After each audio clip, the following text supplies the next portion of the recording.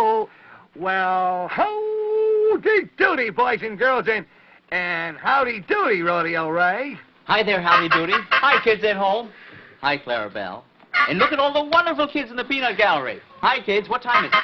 Howdy Doody! You're right. Let's sing the theme. Okay, Professor? Here we go.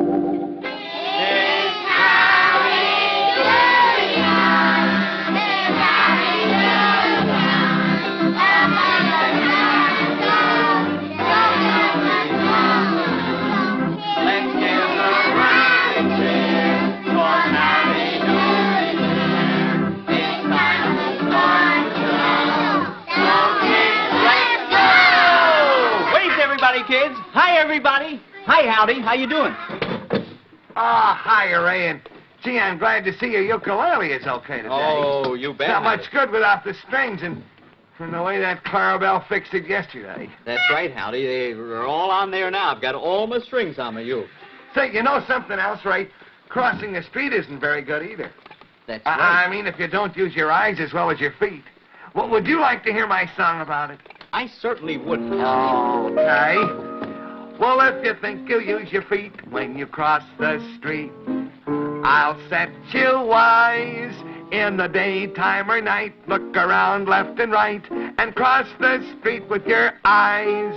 If you look before you leap, you will always keep the health you prize. It is safer to wait, be a few seconds late, and cross the street with your eyes. Never try to beat that car, even though it's off so far. Chances are you won't be seen, so don't take a step till the light turns green. If you think you use your feet when you cross the street, here's a surprise. Your pal Howdy knows if you had 50 toes, you still cross the street with your eyes. Say, wasn't that wonderful? Oh, well, thanks, kids. And say, Ray, would you come here a minute, please? Sure, Howdy. What is it? Bend over a minute, please. I want to whisper something to you, Ray. Will you sing it?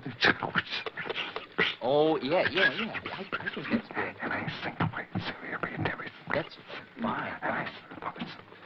All right, Howdy. I think that's a wonderful idea. Kids, Howdy just told me of a wonderful game that we can play. And it's going to require two children from the peanut gallery. A boy and a girl. Maybe this little boy over here. Come on out here. And this little girl, all right? Okay? She's my friend. Oh, well, I'm very glad that she's your friend. Come on out here, kids. Now, we're going to show you how very, very important it is to use your eyes. Now, first, I want to know your name, dear. Ricky. Oh, say it real loud. Ricky. And where do you come from, Ricky? Where are you from? From Watson Avenue. From Watson Avenue? Where is it? Back in the boat. Well, good. And how about your name? I'm Billy. Billy what? Billy Tate. Billy Tate. And where are you from, Billy? Mobile. Mobile where? Mobile, Alabama. Alabama, and you're all the way up here in New York? Well, that's wonderful. Now, look, I'll tell you what we're going to do, kids. This is a very interesting game. Clarabelle has a blindfold here, and we're going to blindfold the little boy, and then he's going to be turned around, and you're going to have to pick for a prize that's going to be hanging on a string, see? But you won't be able to see what you're getting. And then the little girl is going to be able to pick for a prize later, but she will be able to see. Now, we'll explain to you what goes on after you get the prize, all right? Go ahead, Clarabelle. Now, how about letting down the prizes, Clarabelle? Oh, dear, I see them coming now. Oh, wait a minute now. Wait a minute, you stand right here, okay? You watch what's going on. This is a very, very important game. Okay, now, you all ready, Clarabelle? All right. Now, let's turn Billy around so he won't know just exactly in what direction he's going. Now, go right directly ahead and hold your hands out, and the first prize that you get will be yours. Go ahead. That's it, Clarabelle. Where's Miss Sis? Oh, here they are. There we are. Now, you hold that. No, leave it on. Leave it on. Can't see. Now, we'll let the little girl try for a prize. Don't go away, Billy. You stay right here. I just happen to have a piano stool that you can get up on if you want a different kind of a prize. See? Would you like to get up on there? Do you see anything you'd like? Yeah? All right, come on. Come on. Oh, my goodness, what a big girl. Now, which prize do you think you'd like? That one? All right. Get it. You do it. There you are. Ricky. Now, come on over here, Billy. Here. Now, let me see. You can take your blindfold off. Now, that's a boy. Give that back to Clarabelle. Wait a minute. Wait a minute. Now, look. Here is the whole point of the game. Now, Billy, because he had a blindfold on and he couldn't see, went over there and he picked a prize, and all it is a bunch of old newspapers. But you, because you could see, you got up on the piano stool and you got a wonderful prize, didn't you? Isn't that right? Well, now, Clarabelle, just because this was a demonstration kind of a game, have you got a prize for Billy? A real prize? All right. Oh, another Howdy Doody puppet. Just like the one that Ricky has. You know how to work it, Billy? Yeah. You put your hand up inside of it. Here, see? You put your hand right inside, Yeah. and you put your finger up in there, and then you make it work, and then you talk. Here. Okay? How do you make it talk? Oh, you have to talk for it. Okay, kids, thank you very much. I think that was a wonderful game, don't you? See, that demonstrates how very important it is to be able to see. And always remember to look where you're going. Isn't that right, Howdy? Wasn't that great? Oh, Gee, I hope so, Ray. And kids, really, you don't know how important it is. Sometimes a man driving your car can't see you, and anyway, it's you who has to use your eyes. That's No right. one else can never do that for you. That's right. Very well said, Howdy. Very well said. Oh, howdy, Mr. Buster. Well, thank you very much. Yes, you were 100% correct. Whether you're young or old, or North American or South American, you must keep your eyes open all the time. Well, that's right, Mr. Buster. I know you always keep your eyes open. Oh, yes, indeedy I do. And right now my eyes are open, and do you know what they see? No, what do they see? They see the Blusteroo chart. Oh, Yes, Howdy, the Blusteroo chart. But do you know what they don't see? no. What is it they don't see, as if I didn't know? Well, you have a good imagination. They don't see anything on the chart for yesterday. You didn't give 500 marbles to me yesterday, and you didn't give me something else instead of the marbles either. Oh, I know, Mr. Buster, but you weren't here yesterday, and how could I give you anything if you weren't even here even? That's a good point, but it's just an excuse. But the answer is simple enough, Howdy. You owe me something for yesterday, and of course you owe me something for today. So today, you will give me 2 things. Oh, dear, that's right, I guess. Yes. Well, I don't have any marbles for you, Mr. Buster, so what would you like first? Well, now, I was thinking this morning, some time ago, you gave me the scope doodle. Yeah, that's right. You own the scope doodle now. And I was thinking, what good is the scope doodle without the scope doodle curtains? Oh, you mean those nice red curtains that Clarabelle opens up when he goes to the scope doodle? Specifically, yes. Those nice red curtains. I might take those. Oh, well, I guess that's all right. Curtains won't do me much good if I don't own the scope doodle. Yes, but before I take the things, I'd like a demonstration. Clarabelle? Clarabelle, would you be kind enough to open and close the scope doodle curtains 4 times for me? Yes, 4 times. That should be a fair test. Yes, Clarabelle, please do it for Mr. Buster, will you? That's fine, Clarabelle. You're doing very well. All right, now do it 3 more times, please. That's right. My. All right, Clarabelle's very clever, isn't he, Mr. Buster? Oh, exceptionally. Yes, he is. I didn't think he knew how to pull a string. He's done this so well that I'll take the curtains and I'll count them as 500 marbles. Oh, thank you, Mr. Buster. And Clarabelle, will you please fix the Blusteroo chart right down curtains on the left? That's right. That's it. And then 2,000 in the other column. It's a pretty big number for him. That's it. Now you take care of that, Clarabelle. And Mr. Buster, that settles us on yesterday's marbles. But Now I have to give you 500 more for today. That's right. What do you want to offer me? Well, I got lots more curtains, Mr. Bluster. Oh, no, thank you. I don't want any more curtains. Enough is enough. What else do you have left to give me? Well, I just don't know right now. I have so little left. Well, would you give me some time to think about it, and later I'll try to have something ready for you? All right, certainly. I'll be back in a few minutes. But I want something, and it better be good. Goodbye. Greetings, gentlemen. Goodbye. Goodbye, Mr. Bluster. I'll have something for you. Ray, would you come here a second, please? Yes, Howdy, Doody. Is there anything I can do for you? Oh, yes, Ray. I just gave Mr. Bluster the scope doodle curtains to take care of yesterday's marbles, but... Yes. Well, gee whiz, I have to give him something for today, too, and I'm stumped. I wonder if you could think of something. I'll certainly try very hard, Howdy Doody. Maybe I can think of some kind of a trick an old cowboy trick that I might have learned way back there. If I could just think of it. Gee, thanks, Ray. A trick would be good if you can dig one up. Yeah. So, Clarabelle, you open up the scope doodle, and when the movie's over, maybe Ray will have something for us. That's a good idea, Clarabelle.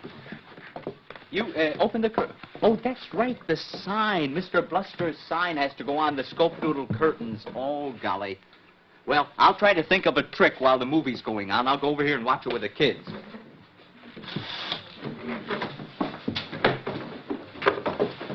Now, here we go with our old-time movie. There, Clarabelle's got it all adjusted. It's going to be in focus. Move over here a little closer. That's a boy. Can you all see all right now? Fine. See? Now, this is a very interesting picture. Harry Langdon, you've seen him before, I think. He's the young man who just got married, and that's his very pretty bride. But he has nothing but bad luck. Just coming out of the church, a horseshoe falls down and hits him right on the head. And he says, well, it's all right. Drops it in a box and hits a mirror, which is also supposed to be bad luck. Well, he feels a little unhappy about that. But he says, oh, that's all right. We'll make out fine. Oh, look, that's flatters. Uh-huh. So anyhow, they get in the car, and they're going on their honeymoon.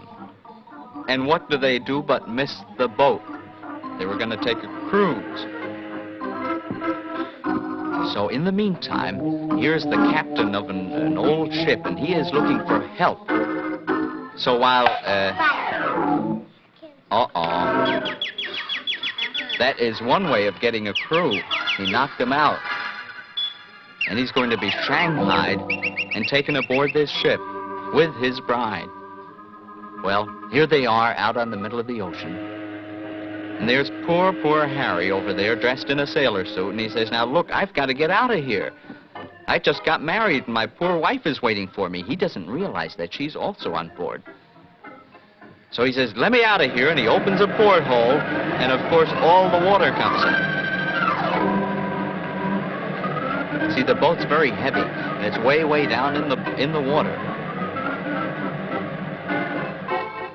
So finally goes upstairs, or up on deck there, and he sees this line of people all waiting to talk to the captain, because all of the sailors are very unhappy about conditions on the ship. So he gets in the line with them. Well, while these sailors are waiting to talk to the captain, they get a little unhappy. They get a little worried because the captain's a very tough, mean man. So they don't mind at all when Harry says, would you mind if I got up in your place? I want to get in there real soon. They say, sure, go right ahead. Because they're all very much frightened of the captain. And look at that big fellow in front of him. You know who he is, kids? He's the cook. So there he is inside. The cook is talking to the captain. Well, you see what happens. The captain is so tough, he takes this great big fellow, this cook, and knocks him right out. And then he gets very unhappy. And he picks Harry up and starts beating all the other fellows with Harry.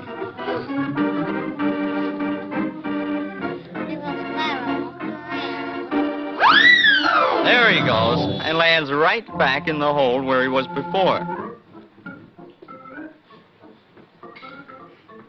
Now, oh, this is Harry's wife. She was also shanghaied, and she's also aboard the ship, but she's making like she's a sailor. She cut off a little piece of her hair and made a mustache out of it. Well, here we are back in the galley again, sort of like the kitchen, and Harry is the assistant to the cook, and he tries that same thing. He swallows some kerosene to try to make it start.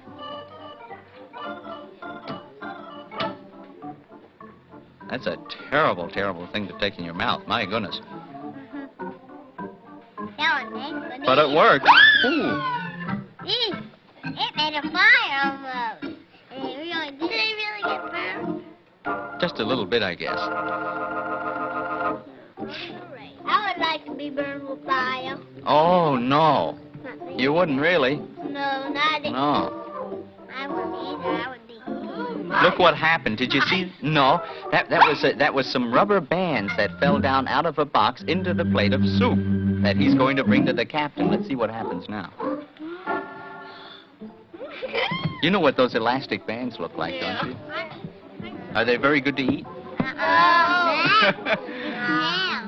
Well, there he is. So he takes a mouthful of those rubber bands along with the soup.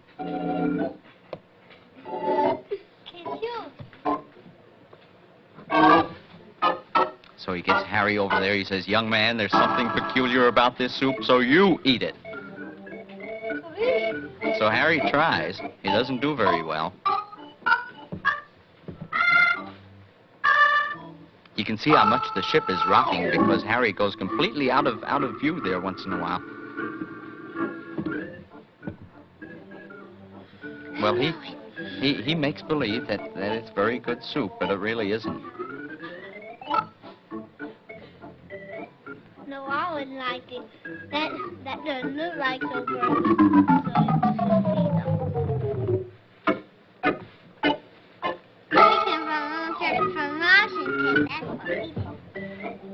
You did? Well, that's wonderful. Well, there's the picture of the ship again, way out in the ocean. And it's going back and forth and back and forth. And after all that terrible soup with all those rubber bands that he's been eating, I don't think he feels very well. And he says, "Please, I think you'll have to excuse me." And out he goes to deck, and the ship is rocking so hard that all the other sailors aren't feeling very well either. And Harry's having a terrible time even getting anywhere near the rail.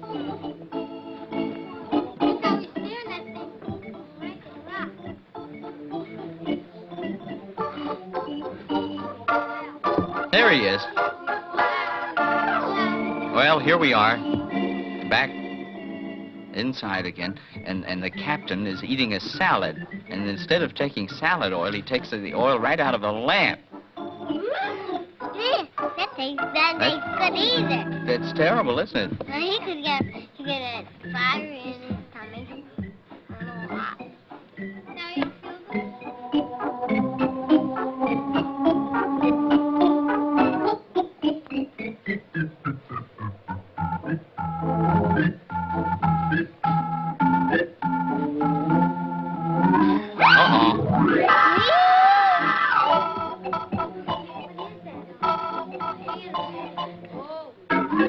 He's going to try to get it off his head. Now watch. Uh-oh. And he hit himself. Somebody else took it off. It was the cook. Go ahead, take this on into the captain now. Well, in the meantime, see who this is? The fellow with the mustache? That's really Harry's wife. All dressed up like a sailor with that lock of hair that she cut off. She made a mustache out of it.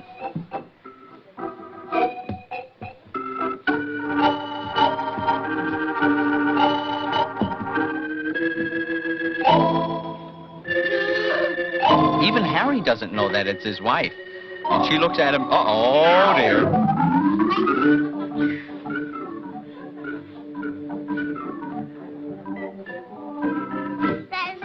Harry's very happy with her. He thinks he's just a sailor who poured all hot coffee on him. And she's trying to say, but Harry, I'm your dearly beloved wife. And he doesn't believe it. So they have their first argument. Pick it up, I've done it before. And it's quite an argument, too.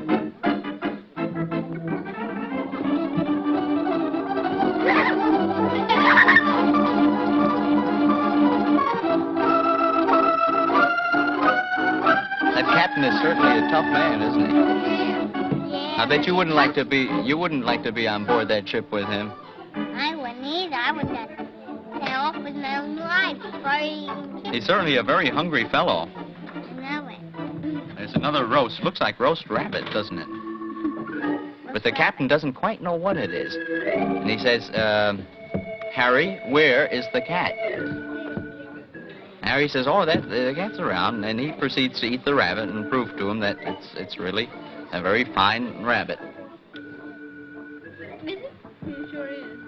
I guess it is. I guess it is. I guess it is. I guess it is. See?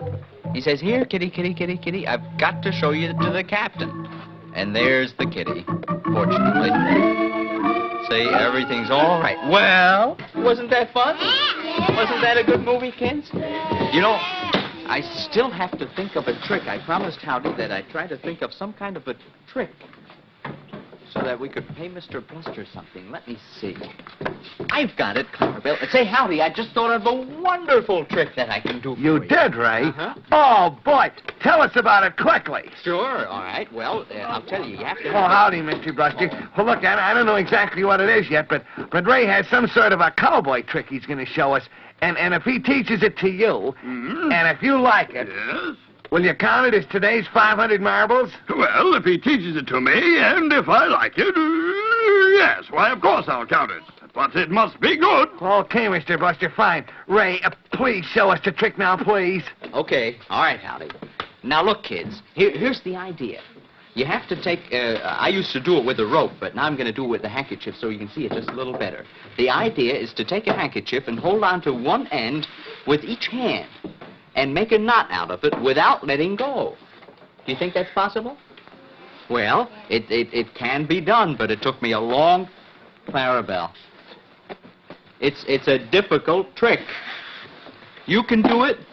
All right, let me see you. I don't care. No, not with my handkerchief. I don't trust you well enough for that. You get something else. I don't believe that this can be done. Clarabelle, where in the world did you get that? That is not your handkerchief, is it? Do you have a cold? Well, all right, try it. But you have to hang on to each end. Don't let go of either end of it.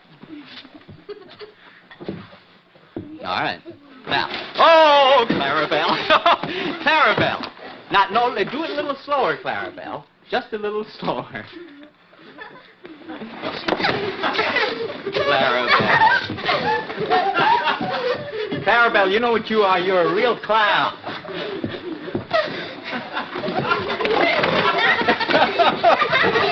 Oh, Clarabelle. Clarabelle is one of the silliest people that I have ever met. Now, let me see. Did you make a knot out of the now, just hold still, Clarabelle. Just hold still. No, that's not good enough. You got to do a little more. Go ahead.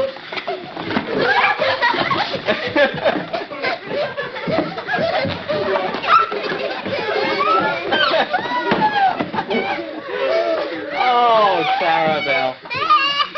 Now let me look at it. Nope. Sorry, Clarabelle, it didn't work. But you can stay there and rest up for a couple of minutes. Now, look, I'll tell you what. Sit down again, kids, and I'll show you the trick. Here's how to do it. Now, watch very closely, and you'll be able to show it to all the kids when you get home, all right? Unless they've seen it. Maybe they'll know it, too. Now, all you have to do is fold your arms like this. Can you do that? Well, then you reach down with one hand, like that, and pick up one end. Then you reach down and pick up the other end. And all you have to do is unfold your arms, and there's the knot. And you never let go of either end. Isn't that something? How about that? I better go over there and show it to Howdy, Doody, and Mr. Bluster. Well, here we are with the trick. Here, see, Howdy and Mr. Bluster, all you have to do is lay the handkerchief down like that. You fold your arms, and you pick up one end, and then you pick up the other end, and unfold your arms, and there's the knot. Isn't that wonderful? Oh, wonderful, Ray. You did it. Yes, You sir. made the nut. How about Oh, that? Mr. Buster, how did you like that? Wasn't it wonderful? Well, wasn't it worth 500 marbles? Why, it was sensational. I'm sure Remarkable. it has, Golly. I think it's great. It counts as 500 marbles. Ray, That's congratulations. Thank you very much. And let me see it again now, will you? So I know how to do it. Oh, you want to see it again for yourself? All right. Now, look, I'll do it right in front of you. See, the trick is to fold your arms, and then you grab one end of the handkerchief with one hand, and the other end of the handkerchief with the other hand. And then you unfold your arms. And there Fine. you are. Wonderful. Oh, thank you, Ray.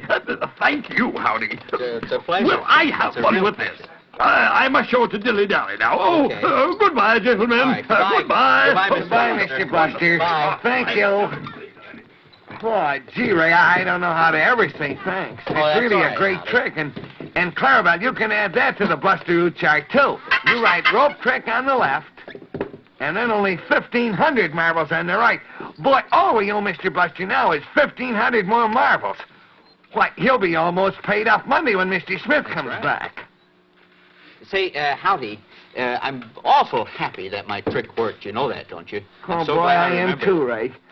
Could I sort of say thanks to you by singing a song and dedicating it to you? Well, Howdy, that's wonderful. I'd be Okay, very then, happy. Ray, just for you and the kids, of course, too. I'm going to sing and I might even dance a little bit, too. Well, good. Yeah, it's a treat, mighty neat, when your feet catch the beat of the sweet and snappy, happy howdy-doody. Use your hips, use your knees, it's a breeze, it'll please all the he's and she's who do the howdy-doody. Oh, everyone likes his fun, and you'll have your chance when you learn how to do the howdy-doody dance.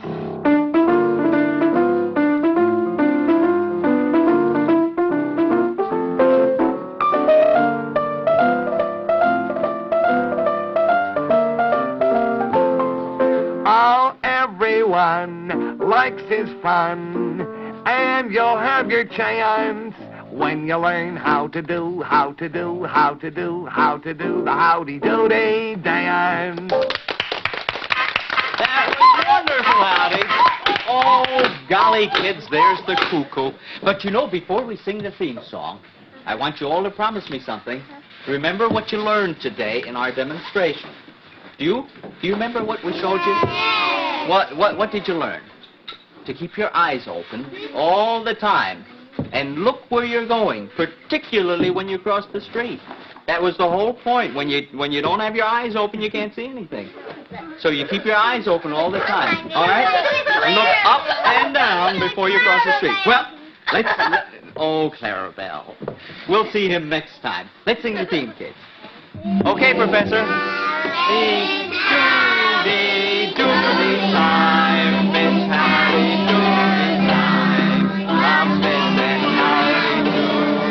Now say good night to you. Good night, kids. Wave to everybody. Good night, everybody. So long, Howdy. Well, so long, kids, and good night, Ray, and thanks again. Oh, you're my buddy. And don't forget, kids, portions of the Howdy Doody Show are electrically transcribed.